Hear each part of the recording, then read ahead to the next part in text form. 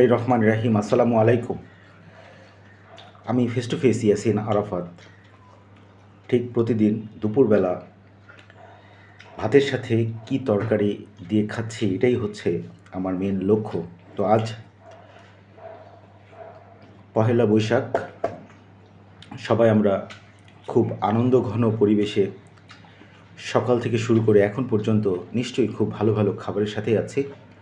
সকালবেলা যেমন আমাদের ঐতিহ্যগত ব্যাপার পান্তা ভাত, সাথে মাছ ভাজি, ভর্তা, এগুলো খেয়েছি নিশ্চয়। যদি এগুলো নাও খাই তাও কোয়ালিটি ফুড খেয়েছি নিশ্চয়। তো আজকে দুপুরে নিশ্চয়ই আমরা সবাই ভালো ভালো কিছু খাচ্ছি। তো আমার পরিবারেও আজকে ভালো কিছু মেনু হয়েছে, সেটাই আমি তুলে ধরবো কি হয়েছে। তো ইলিশ মাছের রেজালা তৈরি হয়েছে আজকে আমার বাসায়, এবং একটা শাক, 12 মিশালি শাক আছে।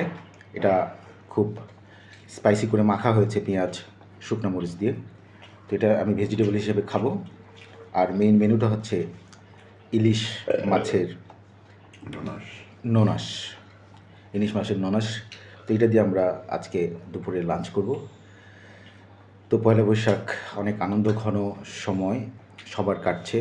আমি বিভিন্ন সোশ্যাল প্ল্যাটফর্মে দেখছি, চ্যানেলের থ্রুতে সবাই ঢাকাতে চারুকলায় বা রাজশাহীতে, পাবনায়, নওগাঁতে প্রত্যেকে অনেক আনন্দ ঘন সময় কাটিয়েছে সকাল থেকে।